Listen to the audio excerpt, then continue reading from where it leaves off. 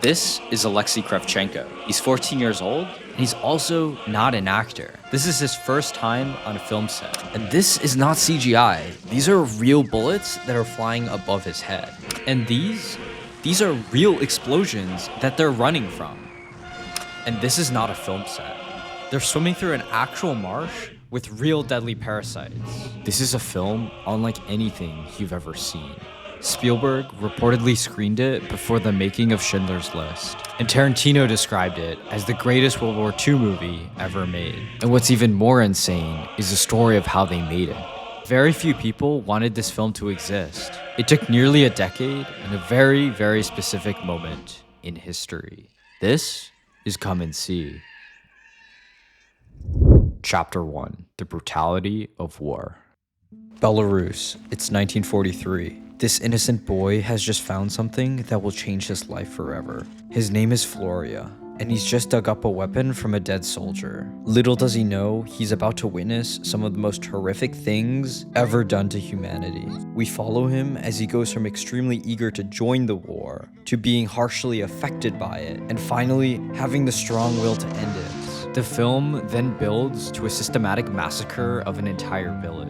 Civilians are herded into a barn based off of actual accounts. The doors are barred and the building is set on fire. And quite famously, the film includes these direct shots into the actor's face, where there's no escape from their misery. But Come and See is not like other war films. We don't follow a superheroic soldier or see any of the famous battles. Instead, the film takes place within villages and families and children. And the film does not revolve around heroics, but the idea of human suffering and what war does to innocent people. It is equally horrifying every single time you see it. Yet at the same time, it's such a cinematic masterpiece. Everything in this movie brings you to full immersion in a way that modern cinema hasn't been able to quite replicate.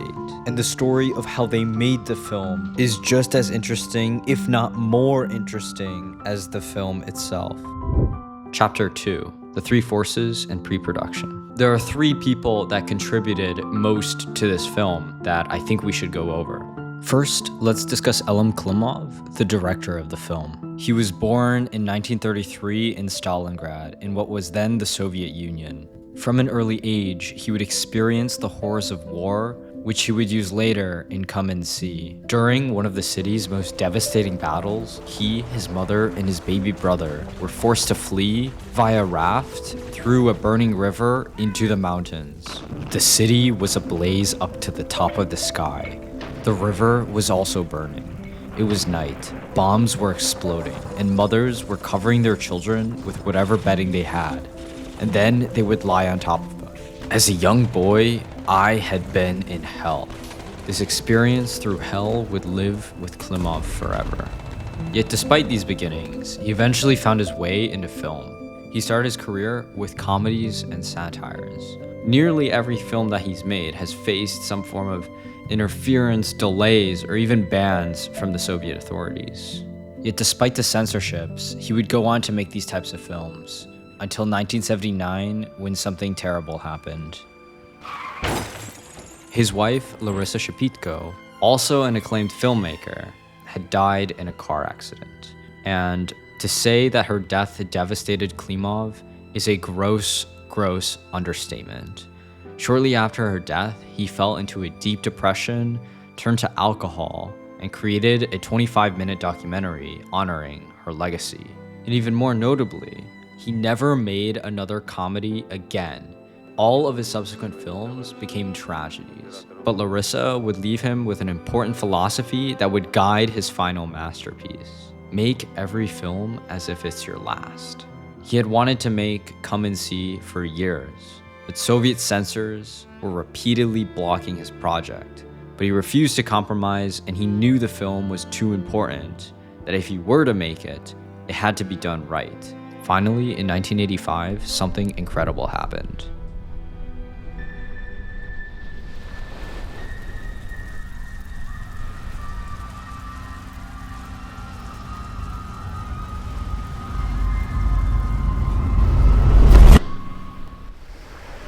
This is Khatyn, It is a bone-chilling recount of the Khatyn massacre, a massacre in which the Nazis locked an entire village into a barn and then set the barn on fire, with half of the inhabitants being children. The occupation of Belarus was one of the most brutal campaigns of World War II.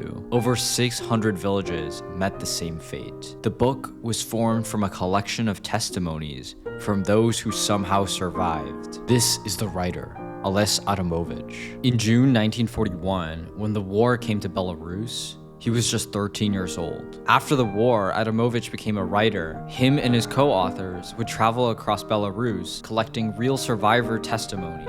He ended up co-writing the novel Khatyn, which would become one of the primary sources for Come and See. Several directors were pitched to adapt his stories, but Adamovich refused them all. He insisted that there was only one director who could do the material justice. Together, they would create something that didn't glorify war or turn it into an adventure story, but showed as it truly was. But even with Adamovich and Klimov's clear vision, the film remained censored for years until 1985, when the 40th anniversary of Victory Day finally gave them the opening they needed. They had the green light, but they still needed one more piece: the boy.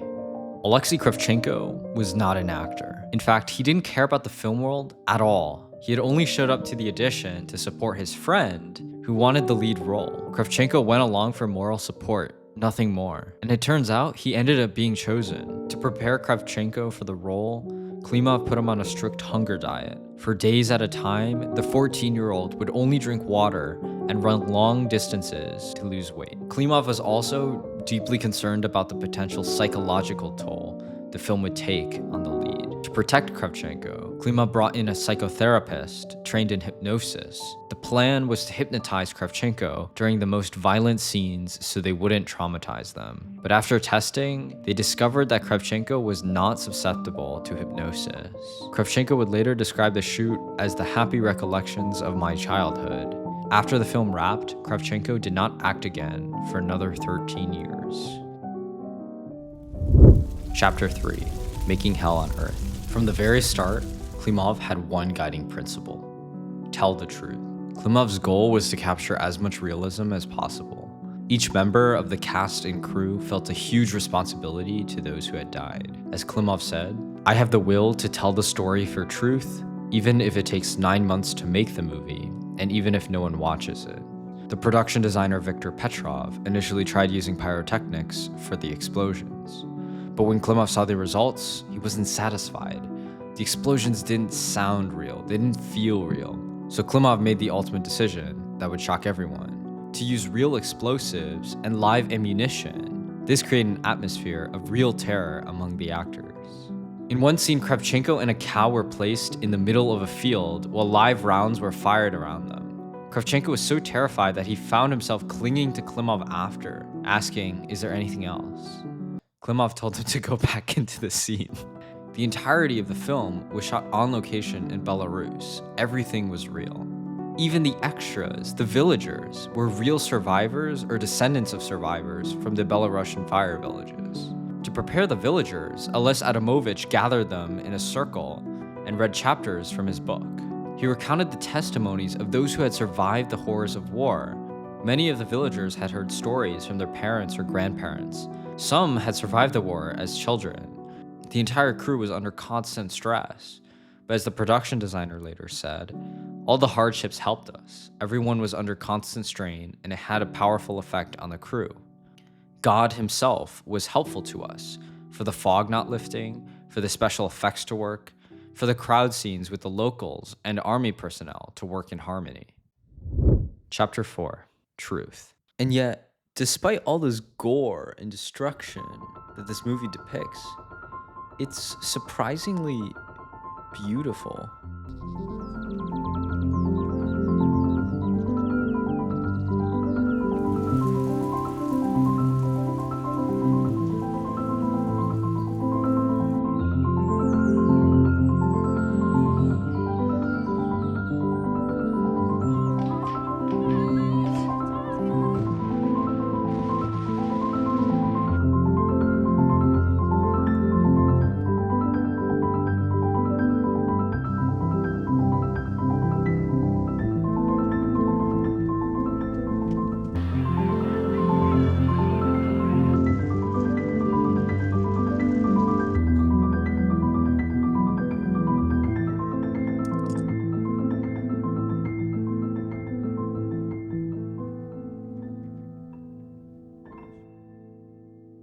This is Roger Deakins, widely considered to be the greatest cinematographer of all time.